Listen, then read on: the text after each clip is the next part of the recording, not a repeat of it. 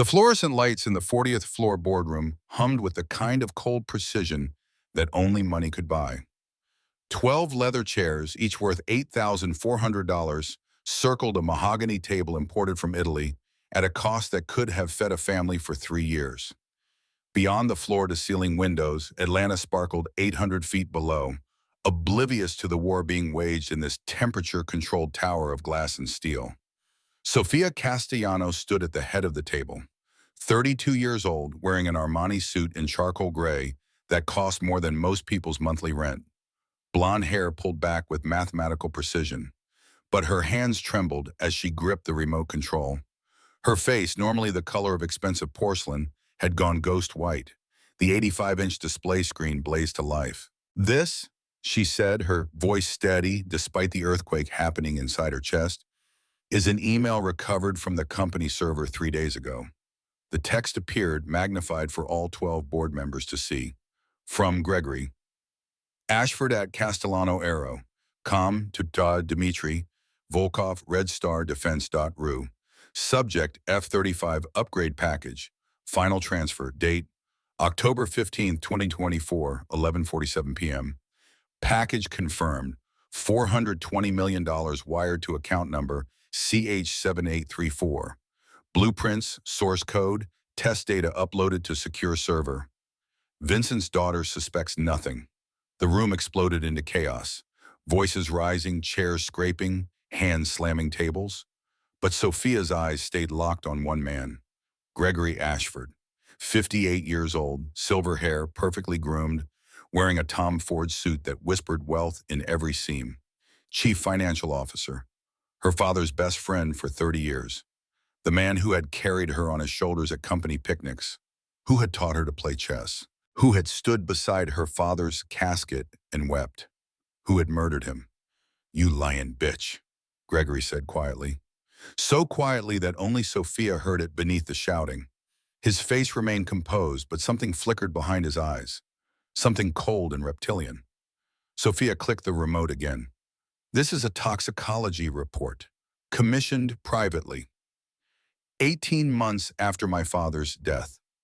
A new document filled the screen, medical terminology in dense paragraphs, but one section highlighted in yellow.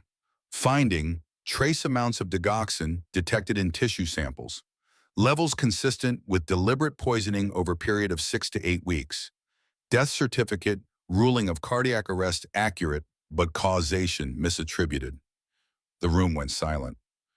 "My father didn't die of natural causes," Sophia said. Each word fell like a stone into still water. "He was poisoned, slowly, methodically, by someone with access to his food, his drinks, his daily routine." She turned to Gregory. Their eyes met across 24 feet of Italian wood. "By you." Gregory smiled. It was the smile of a man who had calculated every possible outcome and found himself holding the winning hand. "Prove it," he said. Sophia's finger hovered over the remote one more time. "Gladly." But before she could press the button, the boardroom door slammed open. October rain in Atlanta doesn't mess around. It comes down like God left the faucet running and forgot to turn it off.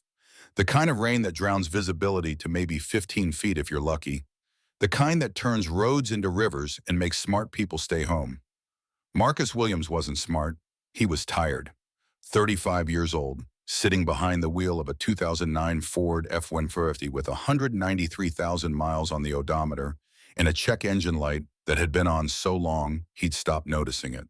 The truck's value, maybe $4,000 on a good day. Marcus's net worth, negative $12,000 after medical bills from his wife's accident 3 years ago. The dashboard clock blinked 11:47 p.m. in angry red numbers. His hands, scarred from years of electrical work and the occasional burn from hot wiring, gripped the steering wheel with the steady pressure of a man who'd learned not to waste energy on things he couldn't control. Rain hammered the windshield.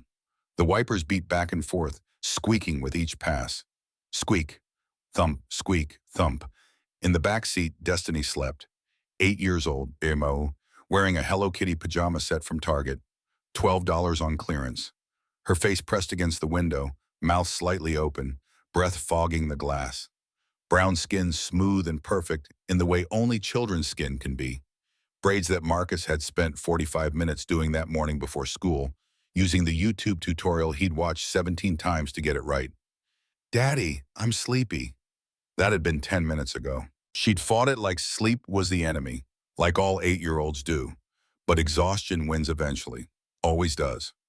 Marcus had just finished a 14-hour shift rewiring the electrical system in a luxury condo downtown. The kind of place where the kitchen faucet cost more than his monthly rent. $925 in his pocket, cash, because the contractor preferred to avoid payroll taxes.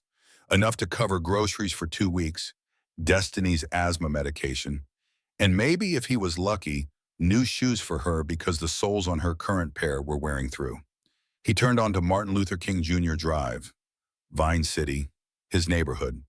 The kind of neighborhood where people looked out for each other because nobody else would.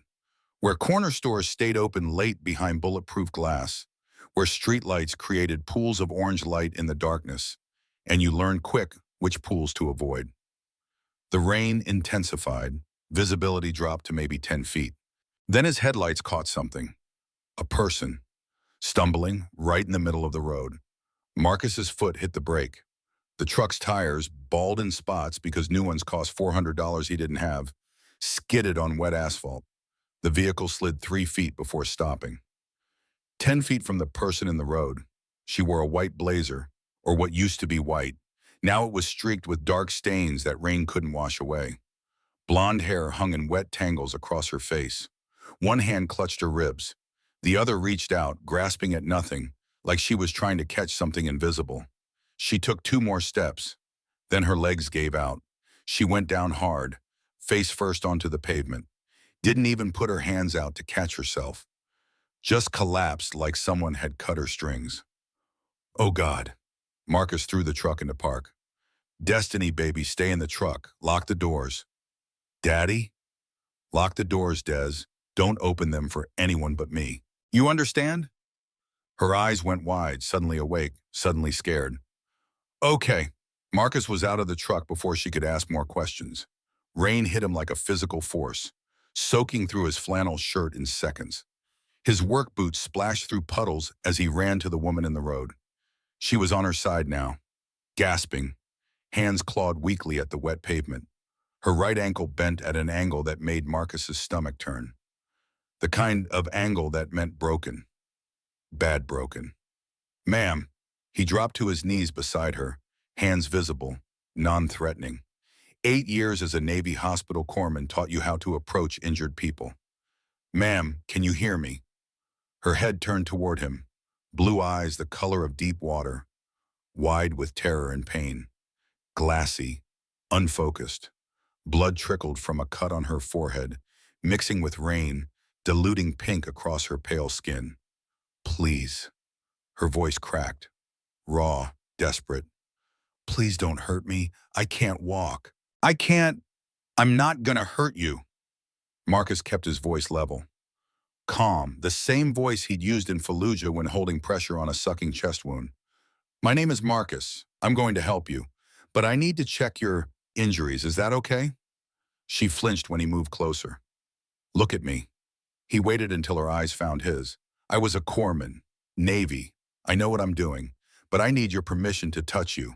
Can I check your ankle? She nodded, barely, but it was enough. Marcus's hands moved with practiced efficiency. The ankle was definitely broken, probably fractured in 2 places based on the swelling already blooming purple and black. The cut on her forehead was shallow.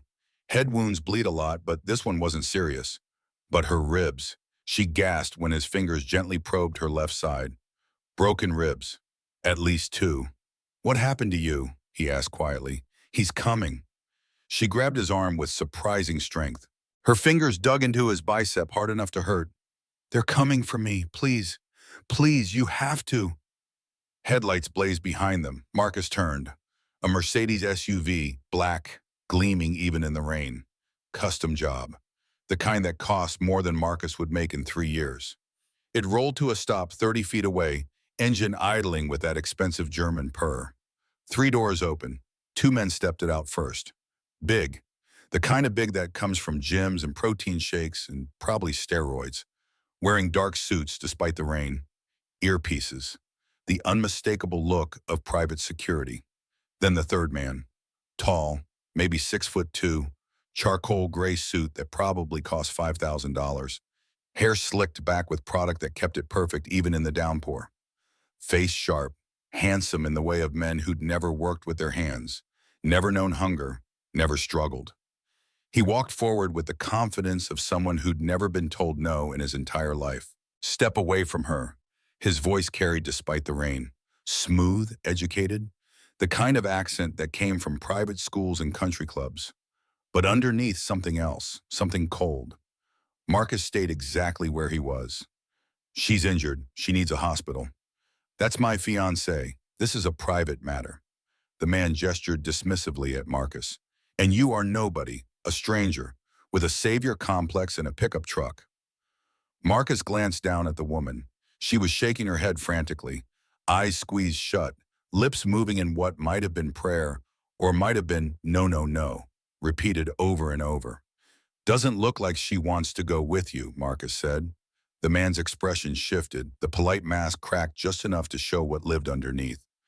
You know what your problem is? You're making judgments about situations you don't understand. His eyes flicked to Marcus's truck, to Destiny's small face pressed against the window. You're nobody. A laborer with a daughter in a vehicle held together with duct tape and desperation. And I am somebody, so step aside before you make the biggest mistake of your life. Something in Marcus's chest went very still, very cold. He'd heard this speech before. Different words, same meaning, in Baghdad, in Kandahar, from officers who thought rank made them wise, from contractors who thought money made them untouchable. He stood up slowly, all 6 feet 1 inch of him, the scars on his knuckles from electrical burns catching the headlights, the tattoo on his left forearm visible beneath his soaked sleeve. Eagle, globe, anchor. Last chance, the man said. Walk away. No. The first security guard moved fast, but Marcus moved faster. The guard's punch came in wild, telegraphed, the kind of sloppy swing that looked good in movies but got you killed in real fights. Marcus sidestepped, caught the man's wrist, redirected his momentum. The guard's own force carried him past Marcus, off balance. Marcus drove his elbow into the man's kidney. Hard, precise. The guard went down gasping. The second guard was smarter. He came in low, going for a tackle. Marcus pivoted, brought his knee up. It connected with the guard's solar plexus. Air exploded from the man's lungs. Marcus grabbed the back of his head, controlled the fall, put him face down in a puddle.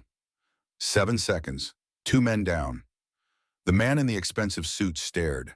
His eyes found the tattoo on Marcus's arm. Understanding dawned slowly, like sunrise through storm clouds. You're a Marine, dude, he said quietly. Marcus said nothing. The man's composure cracked further. Rage boiled up behind his eyes. You just made the biggest mistake of your life. You think this is over? I will bury you. I'll destroy everything you have. Your dome, your home, your... His gaze slid toward the truck again. Marcus's voice dropped to something very quiet, very dangerous. Finish that sentence, I dare you.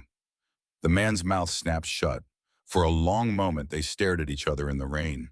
Water streaming down faces, thunder rolling somewhere in the distance, 2 security guards groaning on the wet pavement in between them.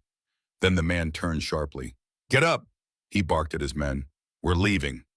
The guards dragged themselves to their feet, limping, one holding his ribs, the other coughing water. The man paused at his car door, looked back. Her name is Sofia Castellano, CEO of Castellano Aerospace. When she ruins your life, and she will, remember that I tried to warn you. He got in. The Mercedes pulled away, tires hissing on wet asphalt, disappearing into the storm. Marcus stood there for a moment, adrenaline still coursing through his veins, heart hammering. Then he turned back to Sophia. She was staring at him, shock written across her face. You fought them. For me. You don't even know me. Marcus walked over and knelt beside her again. Doesn't matter. You needed help. That's enough. Tears mixed with rain on her cheeks. Wang. He slid one arm under her shoulders, the other beneath her knees, lifted her carefully, mindful of her broken ribs, her shattered ankle. She was lighter than he expected, fragile despite the designer clothes and the title and the wealth. Because, he said simply, it's the right thing to do. The passenger door of the truck swung open. Destiny had unlocked it from inside. Daddy, you were like a superhero. Her eyes were huge. You knocked them down so fast. Des, baby, not now. Marcus settled Sophia into the passenger seat as gently as he could. She bit her lip hard enough to draw blood but didn't cry out. Destiny, what's your name, ma'am? Sophia, she whispered. This is Sophia. She's hurt. We're going to help her. Okay? Destiny leaned forward from the back seat. Her small hand reached out, touched Sophia's shoulder with the kind of gentleness only children possess. Don't be scared, Destiny said softly. My daddy's really strong. He'll keep you safe. Sophia looked at the little girl. Something in her expression fractured, broke open. She tried to smile, but it came out wrong, twisted. Thank you, she managed. Marcus climbed behind the wheel, cranked the heat up as high as it would go. The truck's cabin filled with warm air that smelled like motor oil and strawberry air freshener from the dollar store. Hospital? He asked. No. Sophia grabbed his arm. Panic spiked in her voice. No hospitals. Please. They'll find me there. Ma'am, your ankle's broken. You need a doctor. I can't. Her breathing quickened. Hyperventilating. Please, I'm begging you, just somewhere safe. Anywhere but a hospital. Marcus looked at her. Really looked. At the terror in her eyes. At the way she kept glancing at the rearview mirror or like expecting that Mercedes to reappear. At her hands, shaking so hard she couldn't control them. He'd seen this before. In war zones. In people who'd been hunted. All right, he said quietly. My place. It's not much, but it's safe. I can stabilize your ankle. Patch you up. But if you get worse, we're going to a hospital. Deal? She nodded, sagging back against the seat. Destiny reached forward again, held out her stuffed rabbit, worn from years of love, one ear missing from when the washing machine ate it. You can hold hopscotch, Destiny said. She helps when I'm sad. Sophia took the rabbit with trembling hands, held it like it was made of glass, like it was the most precious thing she'd ever touched. Thank you, she whispered. Marcus pulled back onto the road. Rain hammered the windshield, wipers beating their rhythmic squeak and thump, driving through darkness toward home. In the passenger seat, Sophia Castellano, CEO of a $680 million company, owner of a penthouse worth $4.2 million, holder of 12 patents and a master's degree from MIT, clutched a threadbare stuffed rabbit and cried. And for the first time in months, maybe years, she felt something she'd almost forgotten existed. Safe. The apartment building looked like it had given up sometime in the 90s. Cracked concrete steps, peeling paint on the front door. A buzzer system that hadn't worked since Clinton was president. 3 stories of worn brick and tired dreams. Marcus pulled into the small lot behind the building. Killed the engine. We're here, he said quietly. Sophia looked out at the building. Something flickered across her face. Not disappointment. Something softer. Surprise, maybe. This is where you live? 2nd floor, number 2C. It's not the Ritz, but the heat works most of the time and the roof doesn't leak. Marcus came around to her side. I'm going to carry you again. Stairs are going to be rough on that ankle. She nodded. He lifted her out of the truck. Destiny scrambled after them, clutching Sophia's designer purse in both hands. The bag probably cost more than everything in Marcus's apartment combined. I got her bag, Daddy. Good girl, stay close. The stairwell smelled like curry and bleach and old carpet. Marcus took the steps slowly, careful not to jostle Sophia more than necessary. She buried her face against his shoulder. He could feel her shaking, from cold, from pain, from shock. Maybe all 3. Almost there, he murmured. Destiny ran ahead, pulled his keys from his pocket with practiced ease, unlocked the door. Welcome to Casa Williams, Marcus said with a dry smile. The apartment was exactly 650 square feet. Living room, kitchen, 2 small bedrooms, 1 bathroom. The walls were covered in Destiny's crayon drawings, families holding hands. Rainbows. flowers with smiling faces. The furniture was mismatched. Couch from Goodwill. Coffee table Marcus had built himself from scrap wood. Small TV on a milk crate, but it was clean, organized. The kind of place where someone cared, even if they didn't have much. Marcus carried Sophia to the couch, lowered her gently, propped a pillow behind her back. All right, let me get the first aid kit. Des, get a blanket from my room. Okay. Destiny darted off. Marcus knelt in front of Sophia. I need to look at your ankle and that cut on your forehead. Is that okay? She nodded. His hands moved with the efficiency of long practice. The ankle was bad, definitely fractured. Maybe in 3 places based on the swelling and the angle. He couldn't set it properly without imaging, but he could stabilize it, immobilize it enough to prevent further damage. This is going to hurt, he warned. I know. He wrapped the ankle carefully, firmly, using an elastic bandage and a makeshift splint from a magazine. She bit down on her lower lip so hard it went white, but she didn't make a sound. When he finished, he sat back on his heels. Done. Best I can do without a hospital. Thank you, she breathed. He moved to the cut on her forehead, cleaned it with antiseptic, applied butterfly bandages. It wouldn't scar if she was lucky. Destiny returned with a blanket, draping it over Sophia's shoulders. The girl climbed onto the couch beside her, careful not to bump her ankle. Does it hurt a lot? Destiny asked, her voice small. A little, Sophia admitted. My daddy's really good at fixing things. He fixes lights and stuff for people. But he used to fix people too, in the war. Sophia looked at Marcus. Is that true? Navy hospital corpsman, 8 years, Iraq, Afghanistan. He stood, went to the kitchen. You hungry? When's the last time you ate? Sophia opened her mouth, closed it. I don't remember. Right, I'll make you something. He disappeared into the kitchen. Sophia sat on the couch, wrapped in the blanket, with Destiny beside her. The little girl was humming softly, some song from a Disney movie. Her feet swung back and forth, not quite reaching the floor. What's your name? Sophia asked. Destiny, but everyone calls me Des. What's yours? Sophia. That's pretty, like a princess name. Destiny tilted her head. Are you a princess? Sophia let out a sound that was half laugh, half sob. No, sweetheart, I'm not a princess. But you have fancy clothes, and that man said you're important. Being important doesn't make you a princess. It just makes you busy, and sometimes lonely. Destiny considered this with the seriousness only 8-year-olds can muster. Then she held out hopscotch again. You can keep her for tonight. She helps when I'm sad. Sophia took the rabbit, her throat tightened. When was the last time someone had given her something without wanting anything in return? She couldn't remember. Thank you, she whispered. Marcus emerged from the kitchen carrying a plate, scrambled eggs, toast, sliced apple. Nothing fancy, but it's hot and it's food. He set it on the coffee table. Sophia stared at the plate.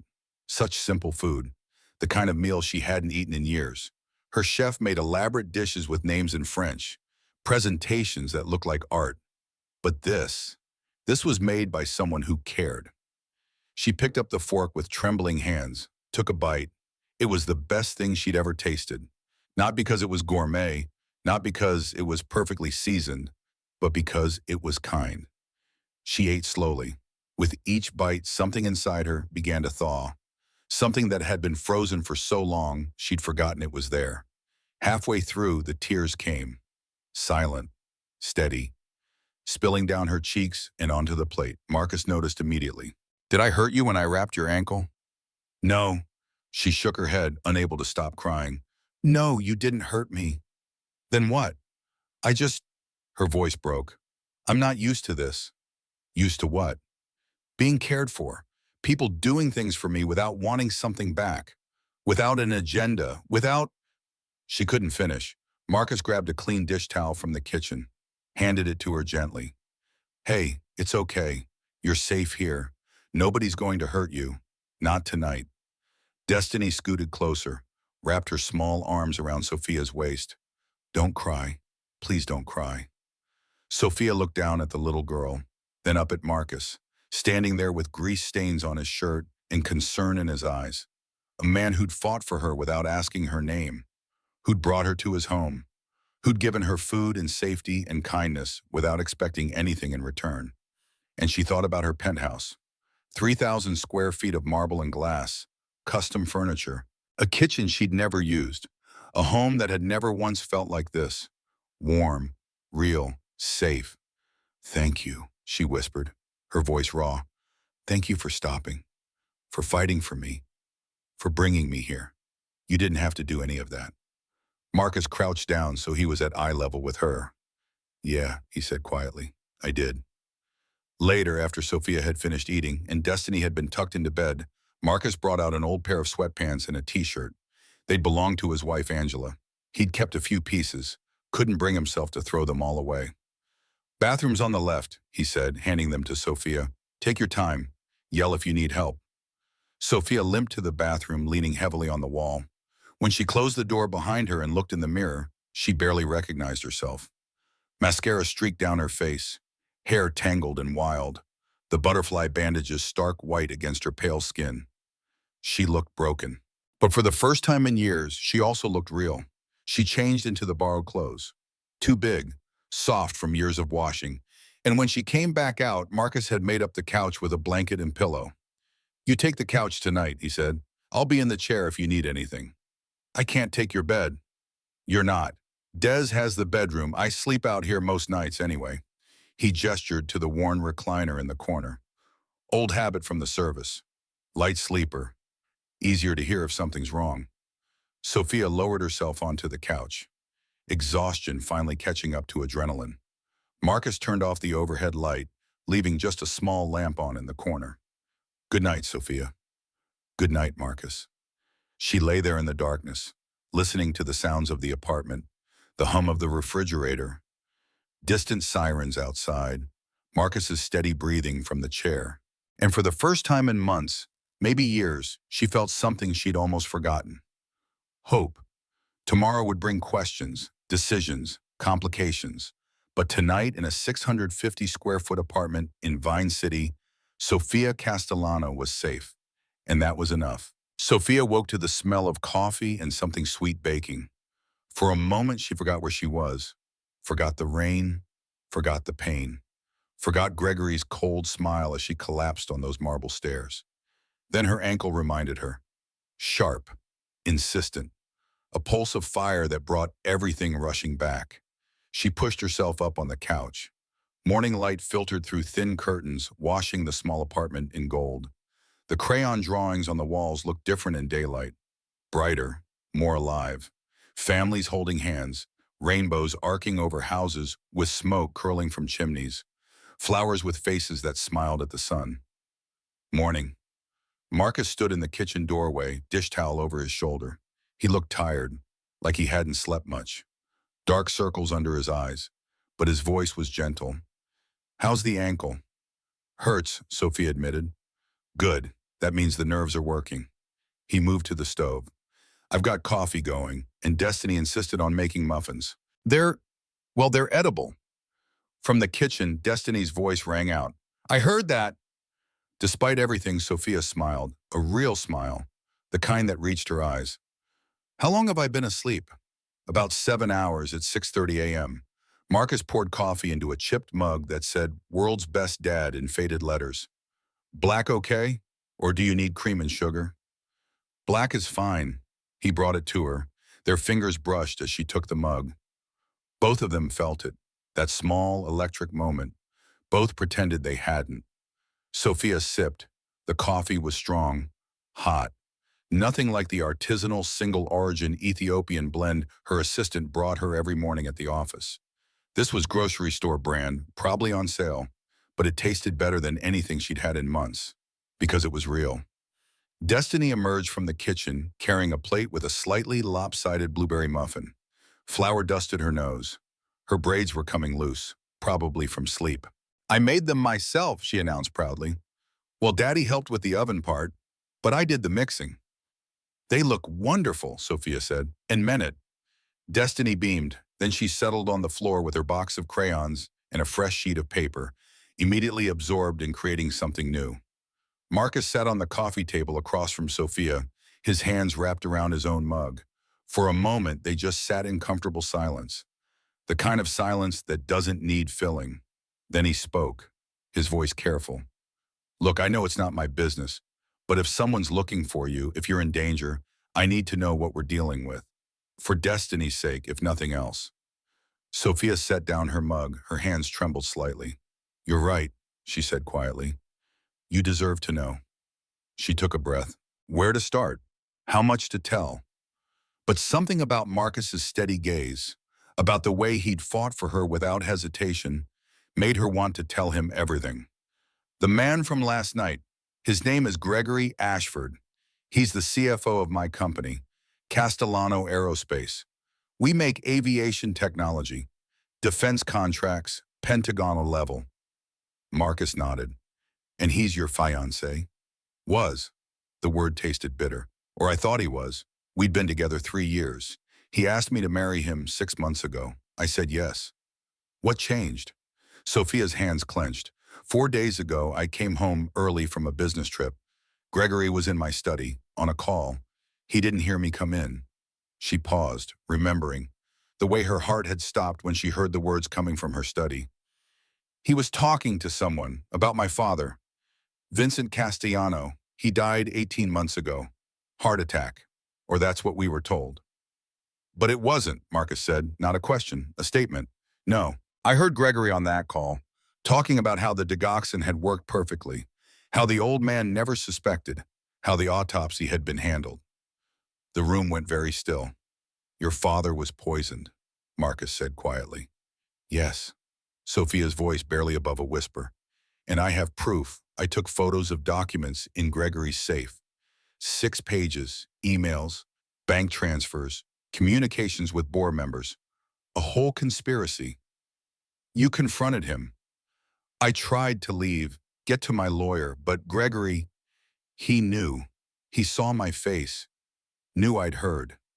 Her hand went to her ribs, to the place where they'd cracked when she fell. The next day, he called an emergency board meeting, said it was about quarterly projections. But when I walked in, all 12 members were there, and Gregory had transfer documents ready, giving him majority control of the company. He wanted you to sign. He said I could sign voluntarily or they'd remove me by force, declare me mentally unstable, whatever it took. Sophia's voice started to shake. I refused. I stood up to leave, and Gregory... She stopped, swallowed hard. He grabbed my arm. I tried to pull away, and I tripped. There are marble stairs in the executive conference room. 10 of them. I fell down all 10, felt my ankle snap on the third one. Destiny had stopped drawing. She was staring at Sophia, eyes huge. Marcus's jaw tightened, his knuckles white around his coffee mug. How did you get away?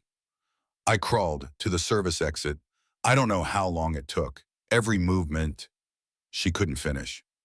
I made it to an alley, but I couldn't go any further. That's when Gregory's security found me.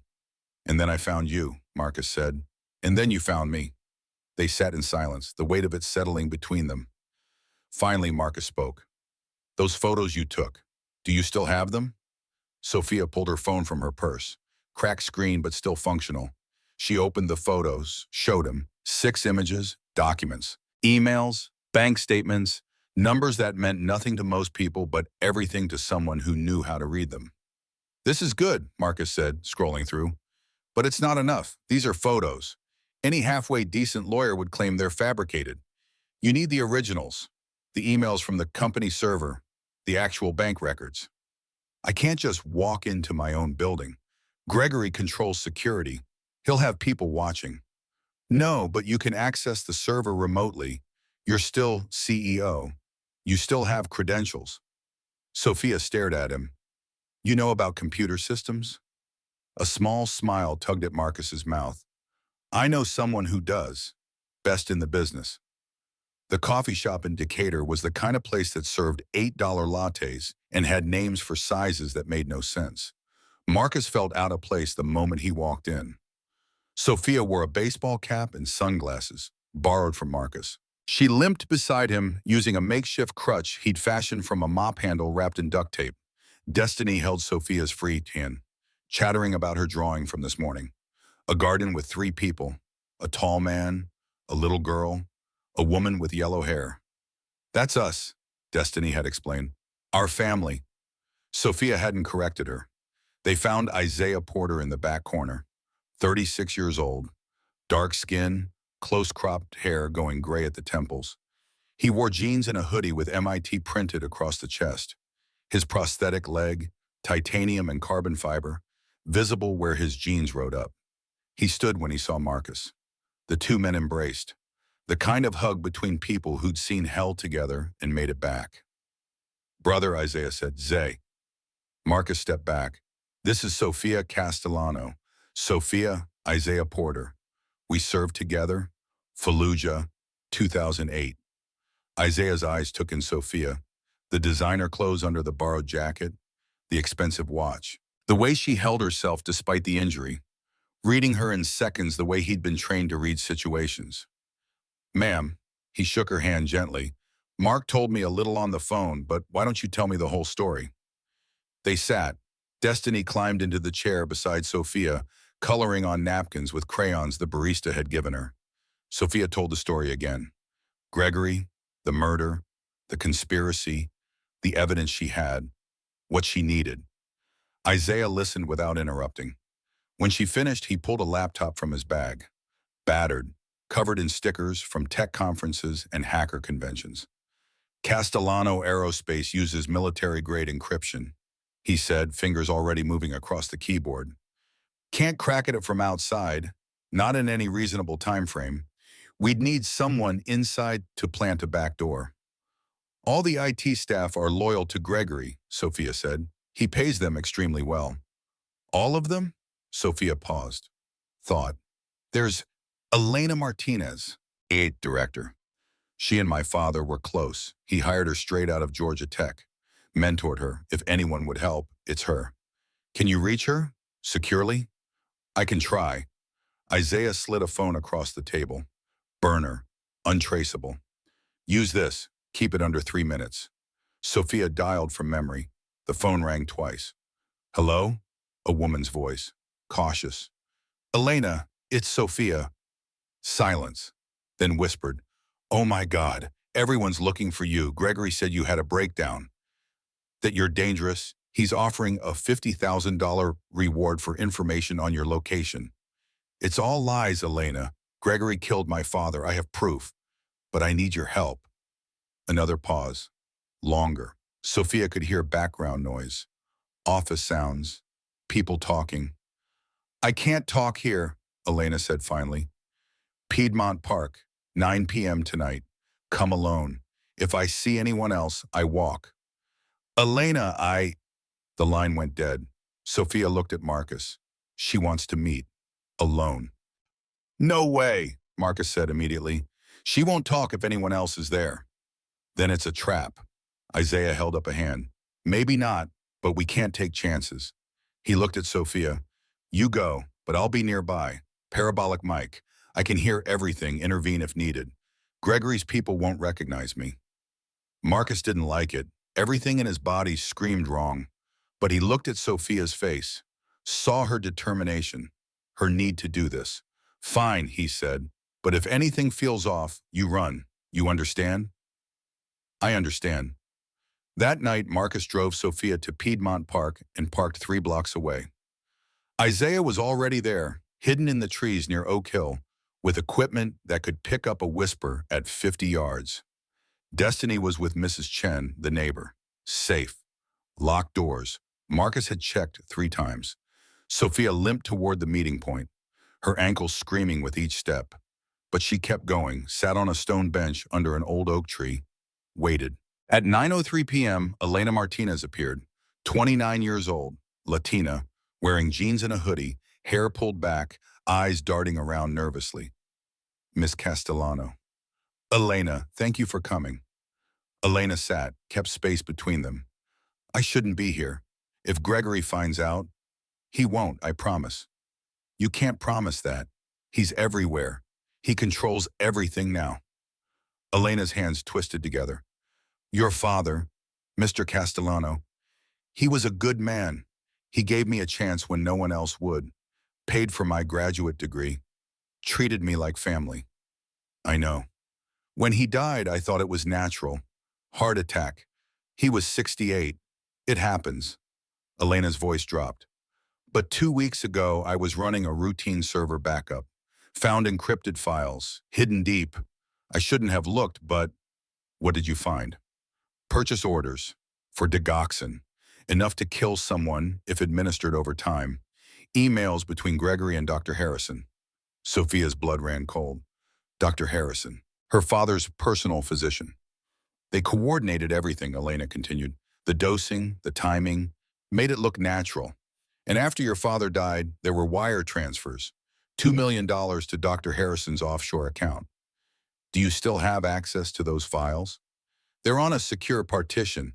Gregory doesn't know it exists. Your father set it up years ago, paranoid about corporate espionage. Elena pulled a USB drive from her pocket. This is a back door. I installed it yesterday. It'll give you 4 hours of full access to the server before security detects it. Get everything, emails, financial records, all of it. She pressed the drive into Sophia's hand. Why are you helping me? Sophia asked. Elena's eyes filled with tears. Because Mr. Castellano deserved better. Because Gregory Ashford is a monster. And because... She stopped, swallowed. My little brother was killed in Iraq. IED. He was a Marine. Your father, when he heard, he flew to California for the funeral. Sat with my mother, helped with the expenses. He didn't have to do any of that. I didn't know. Most people didn't. He was private about his kindness. Elena stood. Be careful, Miss Castellano. Gregory has friends everywhere. Police, judges, politicians. He's not just rich, he's connected. I know, but I have something he doesn't. What's that? The truth. Elena almost smiled, then she walked away, disappearing into the darkness. Sophia sat for a moment, clutching the USB drive. Then headlights blazed from the parking lot. A black SUV, different from last night, but the same type. The same threat. Her heart stopped. 3 men climbed out, not the security guards from before. New ones, bigger. They started walking toward her. Sophia stood, or tried to. Her ankle gave out. She fell hard against the bench. The men kept coming. Then Isaiah was there, materializing from the shadows like a ghost. He moved fast despite the prosthetic leg. Combat training never leaves you. He hit the first man with a palm strike to the throat. The man went down choking, spun, kicked the second man's knee. It bent sideways with a wet crack. The third man pulled a gun. Marcus's truck roared up onto the grass. He was out before it fully stopped. Covered the distance in seconds. Grabbed the gunman's wrist, twisted. The gun fell. Marcus drove his elbow into the man's face. Once. Twice. The man crumpled. Go, Isaiah shouted. Marcus scooped Sophia up. Ran for the truck. Isaiah covering their retreat. They piled in. Marcus floored it. Tires tearing up grass, then hitting pavement with a screech. In the rearview mirror, the 3 men struggled to their feet, one screaming into a phone. Sophia clutched the USB drive so hard her knuckles went white. They knew, she said. Gregory knew she'd contact me. Probably has her phone tapped, Isaiah said from the back seat. We need to move fast. Get that data downloaded before he locks you out of the system. Back at the apartment, Isaiah set up his laptop on Marcus's small dining table. The USB drive glowed blue when he inserted it. Code scrolled across the screen. Green text on black background. Incomprehensible to most people. Crystal clear to Isaiah. We're in, he said. Castellano Aerospace Server. Full access. We have 3 hours, 56 minutes. Can you get everything? Sophia asked. Everything Gregory's touched in the last 5 years? Yeah, but it's going to take time. He started the download, file after file, emails by the thousands, financial transactions, contracts, communications with people whose names made Sophia's stomach turn, foreign governments, shell corporations, money laundering networks. The progress bar crawled forward. 5%, 10%, 15%. Marcus made coffee, strong and black. It was going to be a long night. Destiny had fallen asleep on the couch, wrapped in a blanket. Hopscotch tucked under her chin, innocent, unaware of the war being waged in her living room. At 1:47 a.m., Isaiah cursed. What? Marcus was beside him instantly. They detected us. Someone on their end just tried to block the connection. Isaiah's fingers flew across the keyboard. I'm rerouting through proxy servers, buying time, but we're not going to make it. Downloads only at 62%. How much time do we have? Maybe 10 minutes before they lock us out completely. Sophia leaned over his shoulder. What's the most important data? What do we absolutely need? Isaiah pulled up a file tree.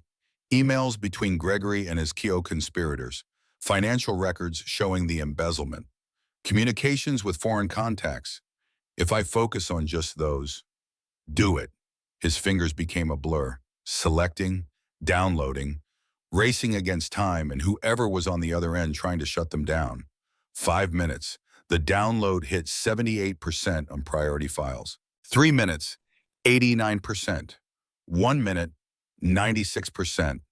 Come on, Isaiah muttered. 99%. The screen went red. Connection terminated. No, Isaiah slammed his fist on the table. Then the screen flickered. Green again. Download complete. He stared. How? A new window opened. Text appeared, typed in real time by someone on the other end. I rerouted the shutdown command through a ghost server. You have your data. Now get Gregory. He killed a good man. ERM, Elena Martinez. Isaiah pulled the drive, held it up. We got it, everything. Sophia sagged against the wall, relief and exhaustion hitting her like a wave. Marcus's phone buzzed. Text from an unknown number. He opened it. A video. His blood turned to ice. Destiny. At school. On the playground. Timestamp from today. The camera zoomed in on her face, then panned to a black SUV parked across the street. Another text appeared. Lovely daughter, Mr. Williams. Would be a shame if something happened. The phone slipped from Marcus's hand. Sophia saw his face. What? What is it? He couldn't speak. Just showed her the screen. Her hand flew to her mouth. Oh God, no, no. I have to get her. Marcus was already moving, grabbing his keys. I have to get Destiny right now. Wait, Isaiah grabbed his arm. Think, if you go to Mrs. Chen's now, you lead them right to her. They might be watching. I don't care, that's my daughter. And I'm saying we need to be smart. Call Mrs. Chen, tell her to lock the doors. Don't open for anyone. We'll call the police. Get a patrol car outside. Marcus's hands shook. Every instinct screamed to run, to protect, to fight. But Isaiah was right. He called Mrs. Chen. Listen to me very carefully. Lock every door and window. Don't open for anyone except me. Do you understand? Marcus, what's wrong? Just do it. Please, I'm calling 911 right now. He hung up, dialed 911, gave the address. Said he'd received a credible threat against his daughter. The operator assured him a patrol car would be there in 5 minutes. It was the longest 5 minutes of his life. Sophia sat beside him on the couch, took his hand, didn't say anything, just held on. When his phone rang again, he nearly dropped it answering. Mr. Williams? A police officer. We're outside your neighbor's residence. Everything's secure. Your daughter is safe. We'll maintain presence until you arrive. Marcus closed his eyes. Thank you. Thank God. Thank you. But when he opened them, he looked at Sophia, really looked at her, at what she'd brought into his life. The danger, the threats, the violence creeping toward his little girl. I need to take Destiny somewhere safe, he said quietly. My sister, 2 hours north. Gregory doesn't know about her. Of course, Sophia's voice was small. I understand. And you need to leave. The words landed like stones. Sophia's face went pale. Marcus, I can't. Don't you see? I can't keep putting Destiny at risk. She's 8 years old. She's all I have left of Angela. And these people, his voice cracked. They'll kill her. To get to you. To hurt me. To send a message. They'll do it. I know. Tears streamed down Sophia's face. I know, and you're right. I'll go. She didn't know where, didn't have anywhere, but that didn't matter. Destiny mattered. This good man and his beautiful daughter mattered more than her problems. I'm sorry, she whispered, for bringing this to your door, for putting you in danger, for everything. Marcus stood, walked to the window, stared out at the dark street, his reflection ghost-like in the glass. I spent 8 years in war zones, he said, saw things that would break most people, held dying Marines in my arms, came home and thought I was done with that life. He turned, looked at Sophia, at Isaiah. But this isn't some foreign war. This is here, home. And these rich bastards think they can threaten children? Think they can murder good people and buy their way out? Something in his voice had changed, gone cold, hard. The voice of a man who'd made a decision. No, I'm not running, and you're not leaving. Sophia blinked. What? We end this. Together, we take everything Isaiah downloaded, everything Elena gave us, and we bury Gregory Ashford so deep he never sees daylight again. Marcus, they threatened destiny. I know, which is why I'm taking her to my sister's tomorrow. She'll be safe there, 3 hours away. Gregory doesn't know she exists, and then, his jaw set, then we go to war. Isaiah stood. You're sure about this, brother? I've never been more sure of anything. He looked at Sophia. You came to my door broken, scared, running, and I helped because it was right. But now it's personal. Gregory threatened my daughter. That changes everything. Sophia stood slowly, limped over to him, looked up into his eyes. If we do this, there's no going back. Gregory will come at us with everything he has. Let him come. He has lawyers, judges, police in his pocket. We have the truth. That might not be enough. Then we make it enough. For a long moment, they stared at each other. Two people from different worlds, brought together by violence, by chance, by something neither could name yet, but both could feel. Okay, Sophia said, we fight. Marcus nodded. Then, surprising himself, he pulled her into a hug, careful of her ribs, of her ankle, but firm. Real. We're going to win, he said into her hair. I promise you that. Sophia's arms wrapped around him. She buried her face in his shoulder, and for the second time since this nightmare began, she felt something impossible. Hope. Dawn came too fast and not fast enough. Marcus loaded Destiny into the truck at 5:30 a.m. She was mostly asleep, clutching hopscotch, confused about why they were leaving so early. Where are we going, Daddy? To see Aunt Patricia, remember? Up in Marietta. Is Sophia coming? Marcus glanced back at the apartment. Sophia stood in the doorway. Even from this distance, he could see the worry on her face. Not this time, baby, but we'll see her soon. Promise? I promise, Mom. The drive north was quiet. Destiny dozed. Marcus's mind raced, going through the plan, looking for holes, finding too many. His sister Patricia lived in a small house in Marietta, married, 2 kids, worked as a nurse. She'd been asking Marcus to visit for months. Now he was showing up unannounced at 7:30 a.m. She opened the door in her bathrobe, took one look at his face. What happened? I need you to watch Des for a few days, maybe a week. I can't explain everything, but it's important. It's safe. Patricia looked at Destiny, then back at Marcus. She'd known him 35 years, knew when he was serious. Okay, but Marcus, if you're in trouble, I'm handling it. Just keep her inside. Don't post anything on social media. Don't tell anyone she's here. You're scaring me. I'm sorry, I'll explain everything soon. I promise. He hugged his sister, then knelt down to Destiny's level. Baby girl, you're going to stay with Aunt Trish for a little while. Have fun with your cousins. Okay? When are you coming back? Soon. Few days. And when I do, everything's going to be different. Better. Will Sophia be with you? Marcus smiled despite everything. Yeah, Sophia will be with me. Destiny threw her arms around his neck. I love you, Daddy. I love you too, Des, more than anything in this world. The drive back to Atlanta felt longer.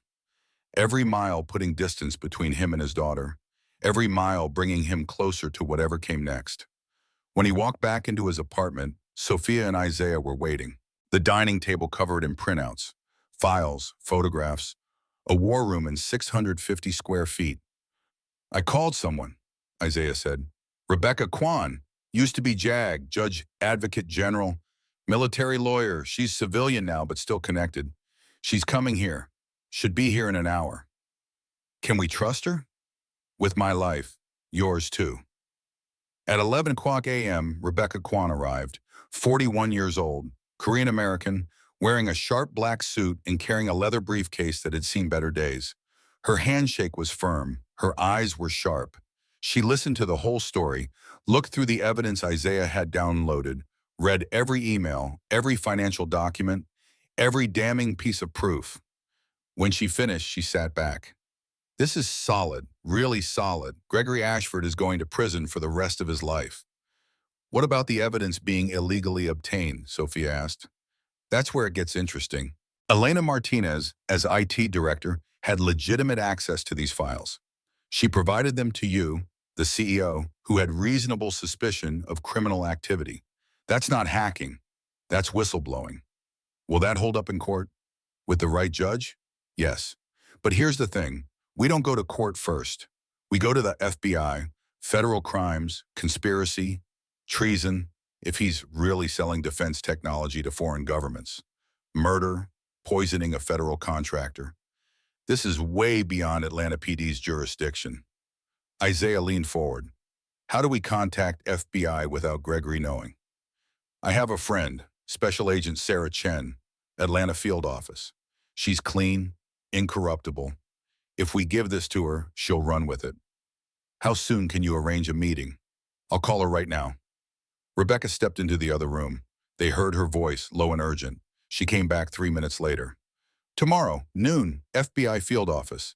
She wants to meet Sophia personally. Hear the story firsthand. Sophia nodded. I'll be there. There's one problem, Rebecca said. Gregory will know the moment you step into that building. He probably has people watching it. So we don't walk in the front door, Marcus said. Rebecca almost smiled. I like how you think. They spent the rest of the day planning. Every detail, every contingency, what to wear, what to say, how to get in and out without being seen. That night, after Rebecca and Isaiah left, Sophia and Marcus sat on his small balcony. The city sprawled below them. Millions of lights, millions of lives. Most of them unaware that tomorrow everything might change. Are you scared? Sophia asked quietly. Terrified, Marcus admitted. You? More than I've ever been. They sat in silence. Then Sophia spoke again. Can I tell you something? Anything. 3 days ago, I thought my life was over. I was engaged to a man who'd murdered my father. I was alone. No real friends. No family except a distant aunt. Just money and power and emptiness. She looked at him. Then I fell in front of your truck, and you stopped. You didn't have to. Most people wouldn't have, but you did. You fought for me, brought me to your home, gave me safety, gave me something I didn't even know I was missing. What's that? Someone who saw me, not my money, not my title, just me. Marcus's hand found hers, their fingers intertwined. I see you, Bayanto, he said quietly. I see someone brave, someone strong, someone worth fighting for. Sophia's breath caught. Marcus? He turned to face her fully. They were close, so close he could count her heartbeats in the pulse at her throat. When this is over, he said, when Gregory is in prison and you're safe, when Destiny comes home and life goes back to normal, or whatever normal looks like now. Yes? I want to see where this goes. You and me, if you want that. Sophia's eyes filled with tears, but she was smiling. I want that, more than anything. They leaned toward each other slowly, giving either one the chance to pull back. Neither did. The kiss was soft, tentative. The first brush of possibility, of something new and fragile and worth protecting. When they pulled apart, both were breathing hard. We should probably wait, Sophia whispered, until after tomorrow, after everything's settled. Probably, Marcus agreed, but neither moved. They sat there, foreheads touching, hands clasped, breathing the same air. Tomorrow they would go to war. Tonight they had this. And for now, that was enough. Marcus woke at 5:15 a.m. Old habits. Military training never leaves you. The apartment was dark, silent except for the distant hum of traffic beginning to build outside. He looked over at the couch.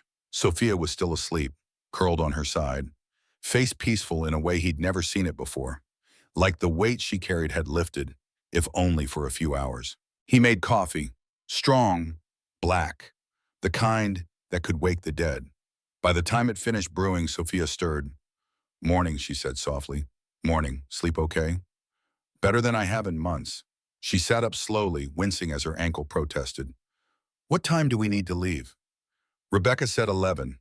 "Gives us time to prepare, to go over the story one more time."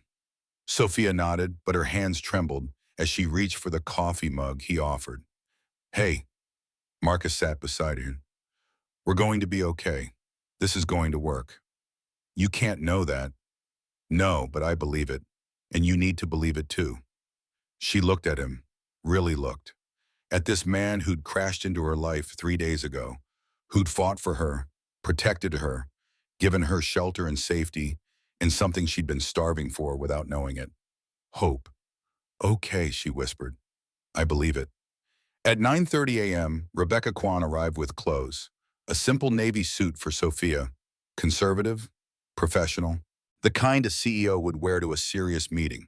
It fit perfectly. Rebecca had guessed the size just by looking. "You look the part," Rebecca said. "That's important. The FBI needs to see you as credible, not as some hysterical woman making wild accusations." "I'm not hysterical."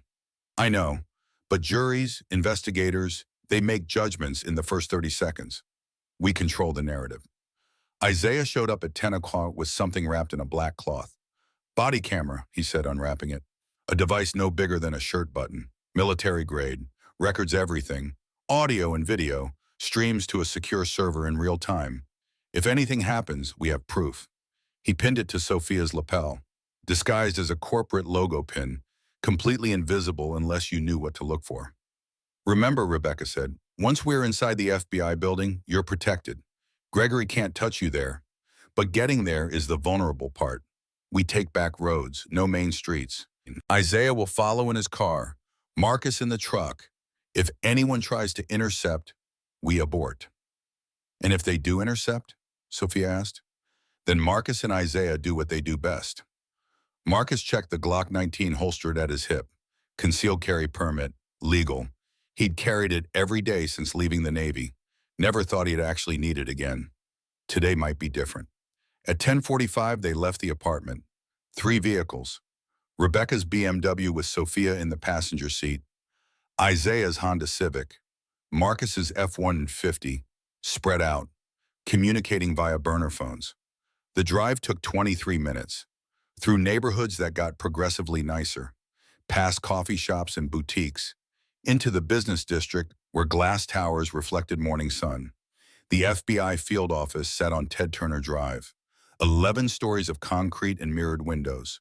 American flags snapping in the breeze. Security checkpoints at every entrance. They parked in the underground garage. Level 3, Section B. Away from cameras and prying eyes. Marcus's phone buzzed as they approached the elevator. "Unknown number," he answered. "Yeah?" "Mr. Williams." A woman's voice, professional, clipped. "This is Jennifer Hayes from the Fulton County Superior Court. I'm calling to inform you that a restraining order has been filed against Miss Sophia Castellano.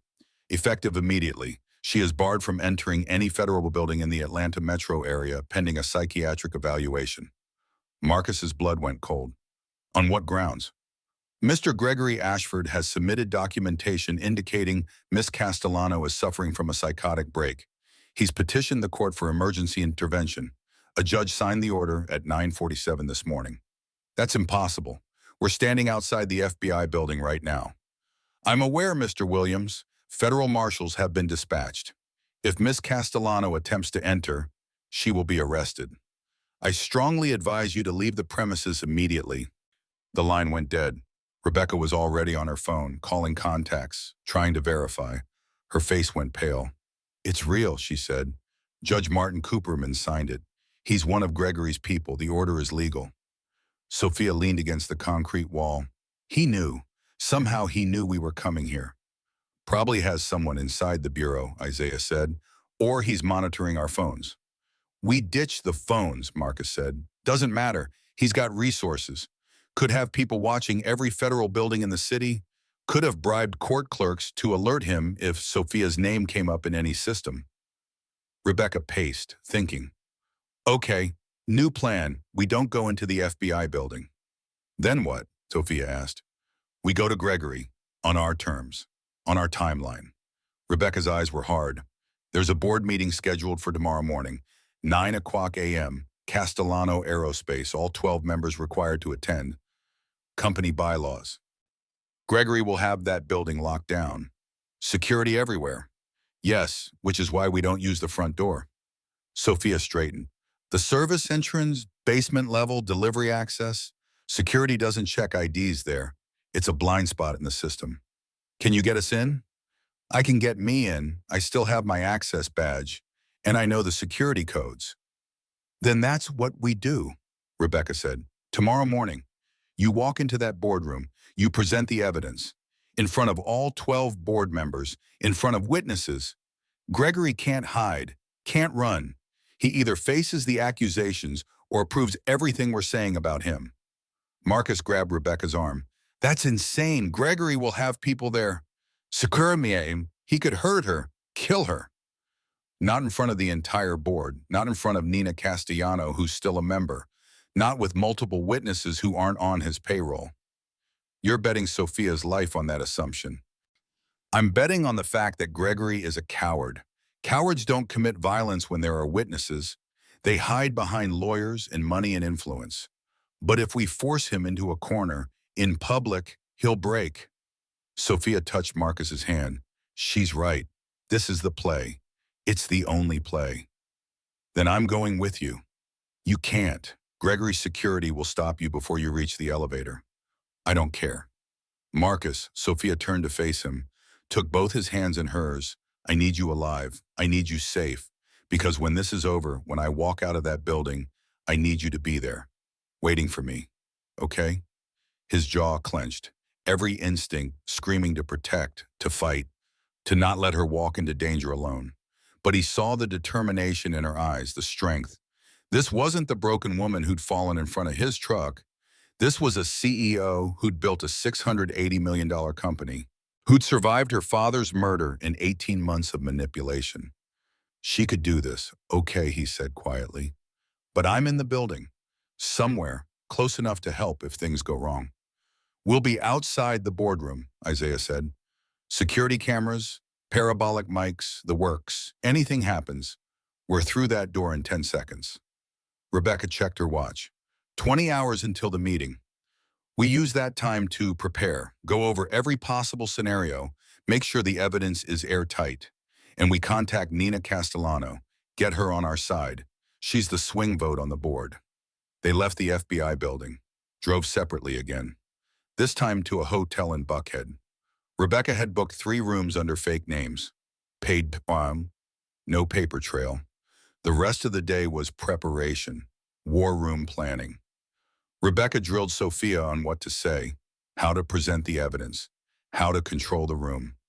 You walk in confident, Rebecca said. You're the CEO.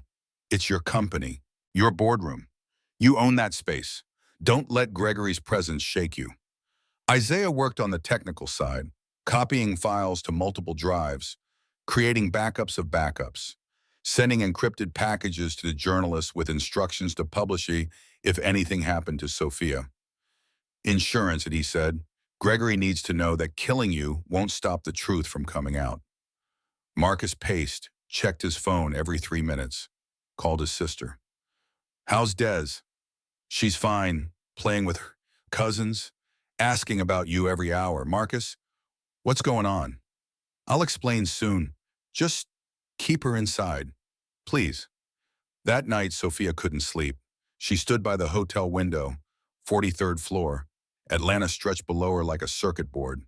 Millions of lights, millions of lives. Somewhere down there, Gregory was awake too, planning, scheming, preparing his defense. Tomorrow, one of them would win. The other would lose everything. A knock at the connecting door. Marcus. Couldn't sleep either, he asked. Too much in my head. He joined her at the window. They stood in silence, watching the city breathe. When my wife died, Marcus said quietly, I thought that was it. The worst thing that could ever happen to me. Destiny was 5. She kept asking when Mommy was coming home. And I had to explain that Mommy wasn't coming home. That a drunk driver had killed her. That some rich college kid who could afford the best lawyers was going to walk free after 6 months. He paused. I wanted revenge, wanted to find that kid and make him pay. But I had Destiny, and she needed a father more than she needed a father in prison. So I let it go, swallowed the rage, focused on being the best dad I could be. He turned to Sophia. But this? What Gregory did to your father? What he's trying to do to you? That's different. Because this time I can do something. I can help you get justice, not revenge, justice. The kind that happens in daylight, in courtrooms, with evidence and witnesses and truth. Sophia's eyes filled with tears. I'm scared, she admitted. What if it doesn't work?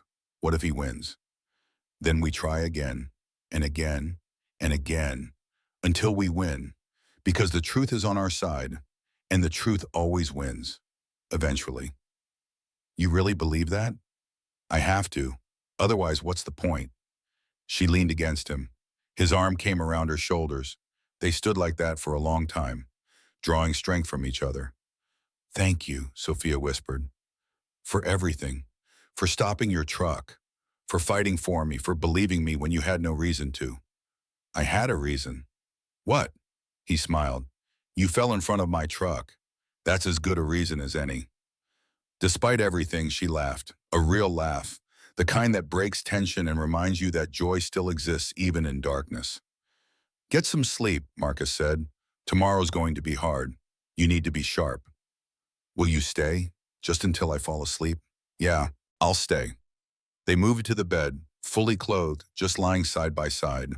Sophia's head on Marcus's chest. His heartbeat steady and strong beneath her ear. Within 10 minutes, she was asleep. Marcus stayed awake, watching over her, protecting her even in dreams. Tomorrow they would face the monster. Tonight, she was safe. And that was enough. Morning came with all the subtlety of a gunshot. 6:00 a.m. Marcus's phone alarm. They'd both fallen asleep. Sophia woke in his arms.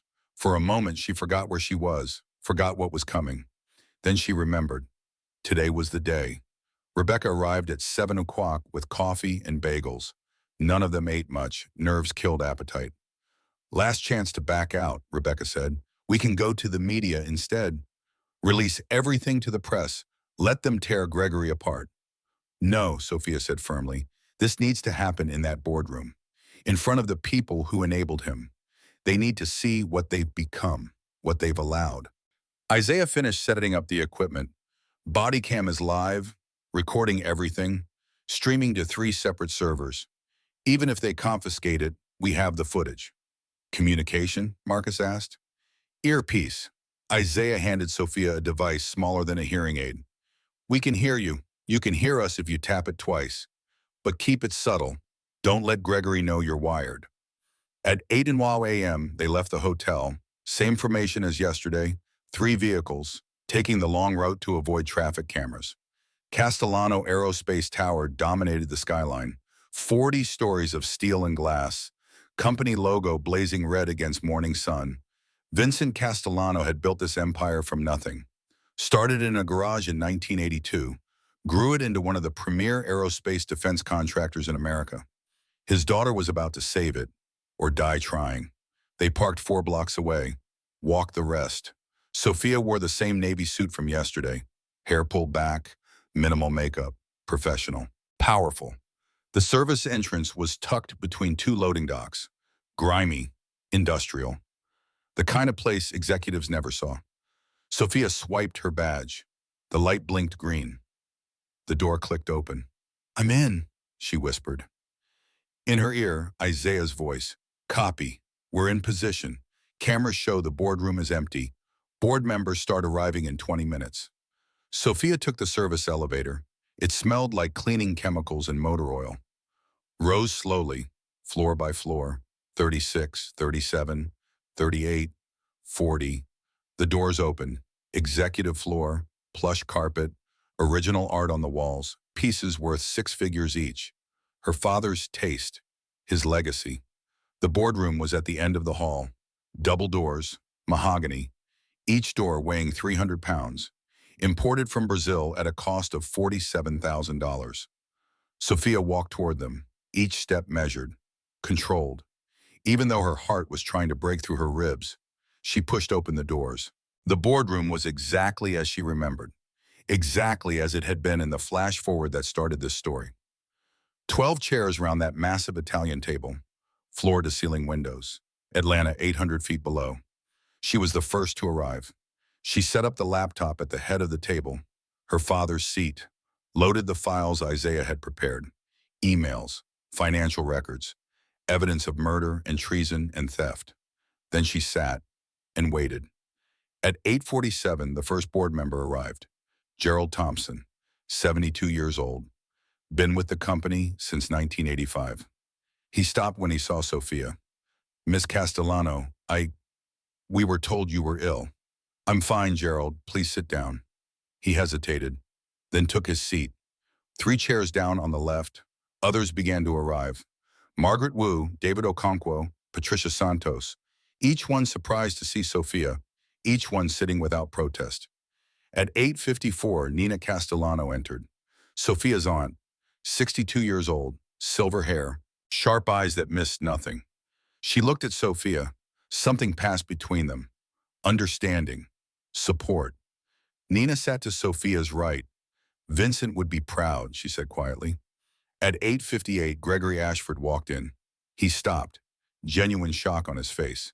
Just for a second. Then that mask slammed down, smooth, controlled. "Sophia, what a pleasant surprise. We were concerned about your health." "Sit down, Gregory. I think perhaps you should leave. You're not well. The restraining order." "Sit down." The room went silent, everyone staring, the tension thick enough to cut. Gregory's smile thinned, but he sat, at the opposite end of the table, directly facing Sophia, like gunslingers at high noon. The last 2 members arrived, all 12 seats filled. Sophia stood. "Thank you all for coming," she said, her voice steady despite the earthquake inside. "I'm sure you're wondering why I'm here, why I've returned after my supposed breakdown."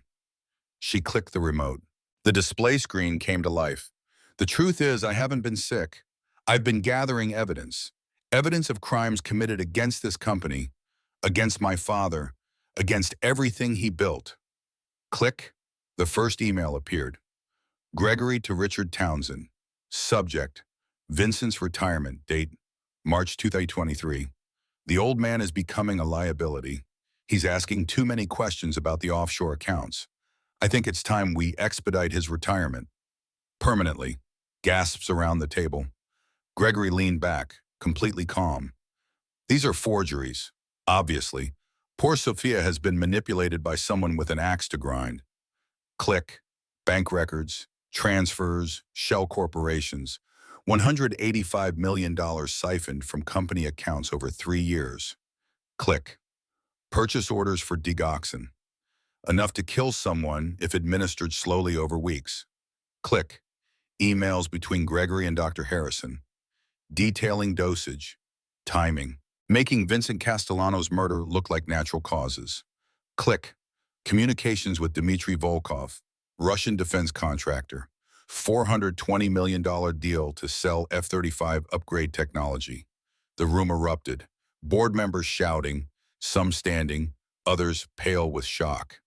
Gregory stood slowly. "This is a fabrication, a desperate attempt by an unstable woman to destroy me, to destroy this company." "I have the original files," Sophia said, "on the company server, independently verified, and I've already sent copies to the FBI, the Department of Justice, and 3 different news outlets." Gregory's mask cracked. Just a little. Rage flickered behind his eyes. "You stupid girl. Do you have any idea what you've done? I've exposed a murderer, a thief, a traitor. I built this company as much as your father did. 30 years. While he was the face, I was the engine. And what was I? Chief Financial Officer, second in command, always second, never enough. There it was, the truth finally spilling out. Your father was going to retire, Gregory continued, his voice rising.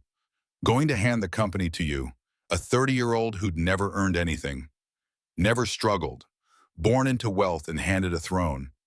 So you killed him. I saved this company. Your father was weak, sentimental.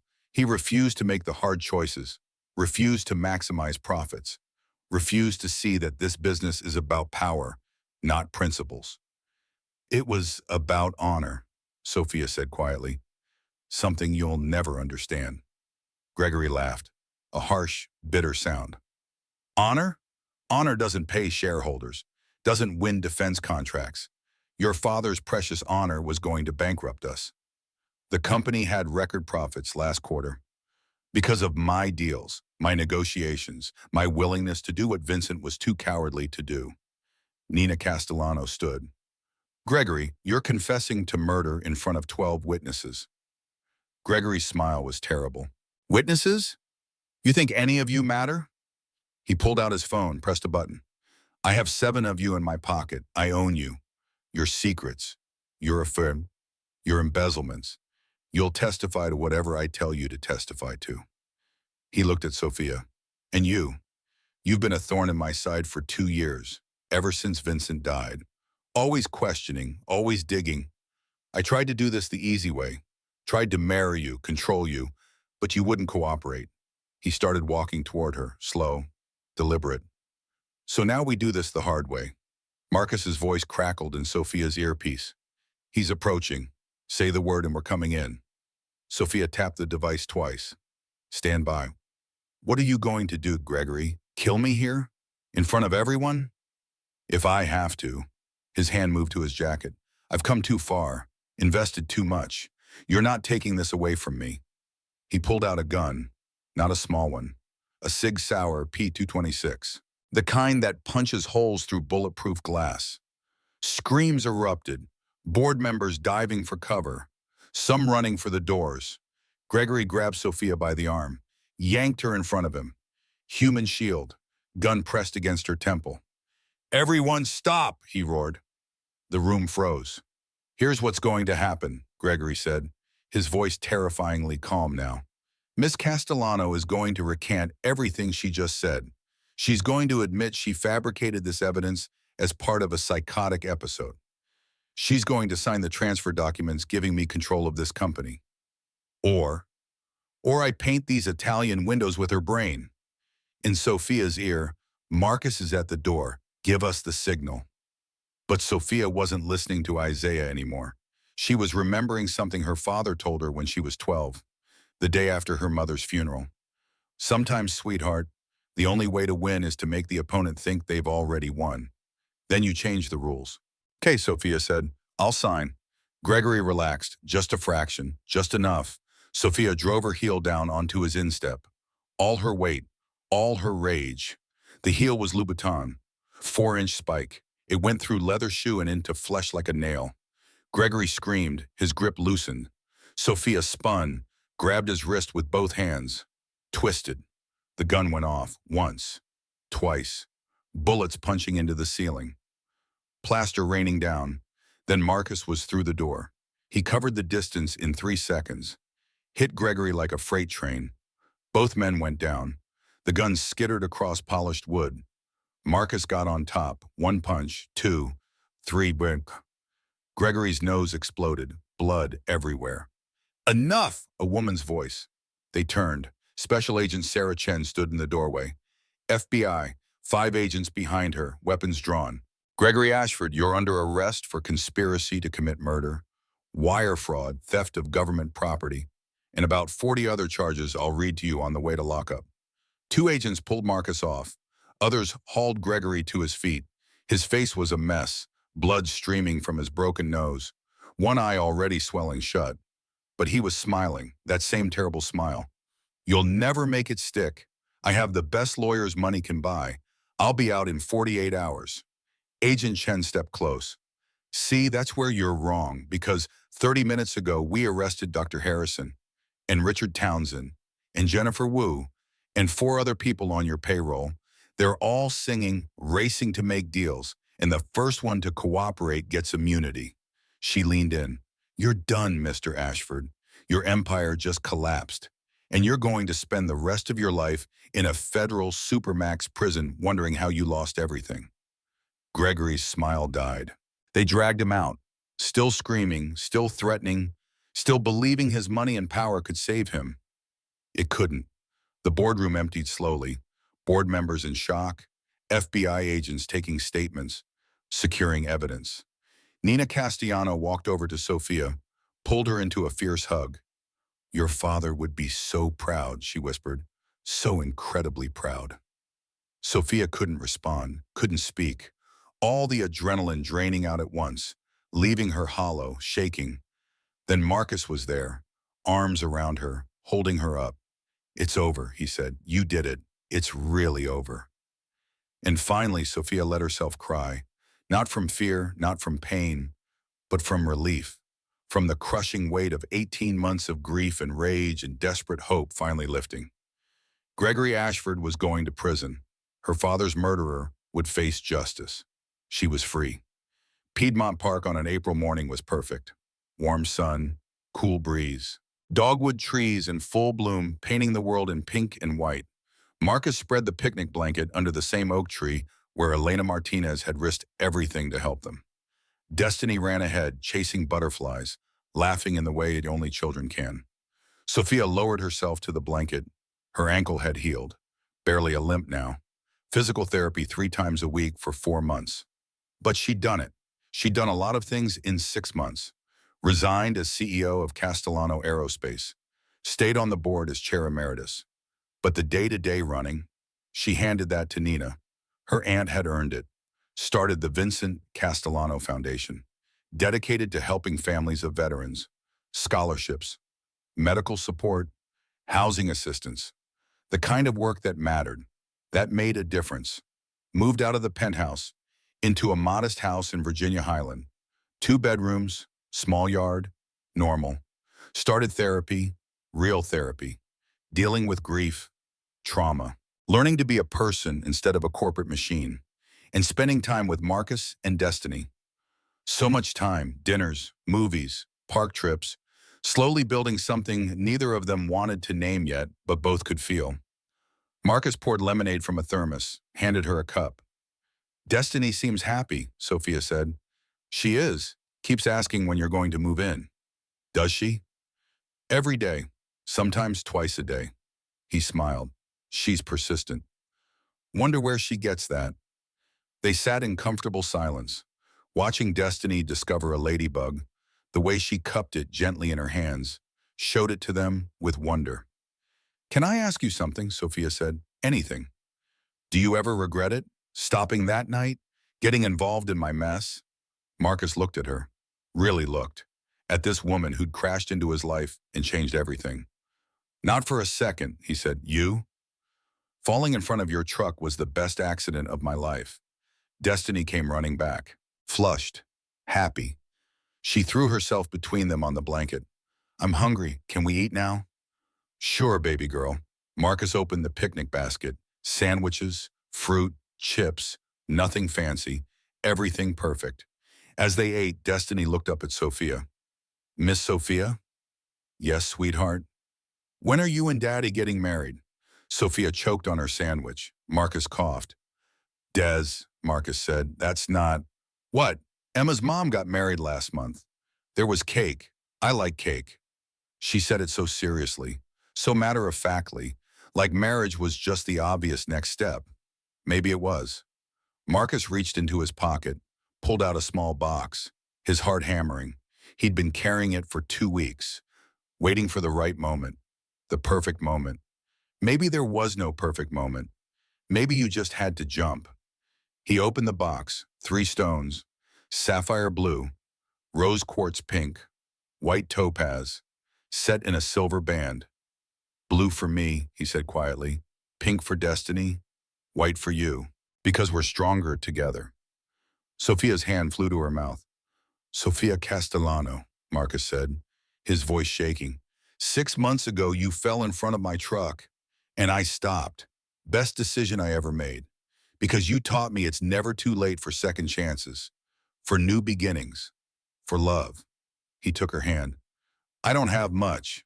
Small house, blue-collar job, beat-up truck, but I have love, I have destiny, and I want to have you, if you'll have us. Will you marry me?" Sophia couldn't speak, couldn't breathe, tears streaming down her face. She nodded frantically. "Yes, yes, God, yes." Marcus slid the ring onto her finger. Perfect fit. Then he kissed her. Deep, real, full of promise. Destiny cheered. "Does this mean cake?" They laughed, both of them, holding each other, holding destiny, a family, not perfect, not conventional, but real. And that was everything. The wedding was small, 30 people. Piedmont Park, under the same oak tree where Marcus had proposed. October. Exactly 1 year after Sophia had fallen in front of his truck. She wore a simple white dress. Nothing designer, nothing expensive. Just beautiful. Marcus wore his dress blues. Navy, full uniform. The medals on his chest telling stories he never talked about, but carried every day. Destiny was the flower girl. Pink dress, basket of roses, taking her job very seriously. The ceremony was short, traditional. When the minister said, "You may kiss the bride," Marcus did, like she was precious, like she was his, because she was. The reception was in Nina's backyard, barbecue, beer, music from a Bluetooth speaker. Nothing fancy, everything perfect. Isaiah gave a speech about how Marcus had saved his life in Fallujah, how Marcus was the best man he'd ever known, how Sophia was lucky to have him. "But honestly," Isaiah said, grinning, "Marcus is the lucky one. Because Sophia, she's a badass. She took down a murderous CFO, saved a $680 million company, and still found time to fall in love with this ugly Marine." Laughter, applause. Rebecca Kwan gave the next speech about courage, about standing up to power, about how Sophia had reminded her why she became a lawyer in the first place. Then Nina, speaking about Vincent, about how proud he would be, how he'd always wanted Sophia to find someone who saw her, not her money, not her title, just her. "Marcus," Nina said, raising her glass, "you're exactly what my brother would have wanted for his daughter. Welcome to the family." As the sun set, Marcus and Sophia danced, slow, close, to an old song about second chances and new beginnings. "Happy?" Marcus asked. "Happier than I've ever been." "No regrets?" "Not a single one." Destiny ran up, tugged on Marcus's jacket. "Daddy, can I dance too?" Marcus picked her up, spun her around. She giggled, that pure sound of childhood joy. Sophia watched them, her husband, her daughter, because Destiny was her daughter now. Legally, officially. The adoption had finalized 3 months ago. This was her family. 2 years ago, she'd been engaged to a monster, running a company she didn't love, living a life that was killing her slowly from the inside. Now she was alive, really alive. For the first time in her life, the house in Virginia Highland had changed, new paint, garden in the backyard that Sophia tended every morning, tire swing hanging from the old oak tree. Destiny was 10 now, growing fast, still drawing, still asking questions, still believing in goodness and magic and happy endings. Marcus had expanded his electrical business, hired 3 employees, not getting rich, but making enough, building something. Sophia ran the Vincent Castellano Foundation full-time. They'd helped over 2,000 veteran families in 2 years. Scholarships, medical bills, home repairs, real, tangible help. And they'd added another member to the family, Vincent Marcus Williams, born 6 weeks ago, named after Sophia's father and his own. 7 pounds, 3 ounces. Perfect tiny fingers, perfect tiny toes. Sophia held him now, sitting in the rocking chair by the window. Early morning, sun just rising, the baby sleeping against her chest. Marcus appeared in the doorway, coffee in hand. He'd been up twice in the night for feedings, but he never complained, never made her feel like she was doing this alone. "Morning," he said softly. "Morning." He sat on the arm of the chair, looked down at his son. "He looks like you." He looks like his father. Handsome kid, Sophia laughed, quietly, so as not to wake the baby. You're ridiculous. You married me anyway. Best decision I ever made. Destiny shuffled in, half asleep, climbed into Marcus's lap. Is baby Vincent awake? No, sweetheart, he's sleeping. Can I hold him when he wakes up? Of course, though. They sat like that, the four of them, as morning light filled the room, golden, warm, perfect. This was the life Sofia Castellano had never known she wanted. No penthouse, no private jet, no corporate power, just this, just love, just family, just home. And it was enough. It was everything. 5 years after the night Marcus Williams stopped his truck in the rain, a documentary premiered on Netflix. The Castellano Conspiracy, How a CEO Took Down a Killer. It told the whole story, Gregory Ashford's trial, his conviction on 47 federal charges, his sentence, life without parole in ADX Florence, the supermax prison where he'd never see daylight again, the 7 board members who'd cooperated, who'd testified against him, who'd walked free in exchange for their honesty.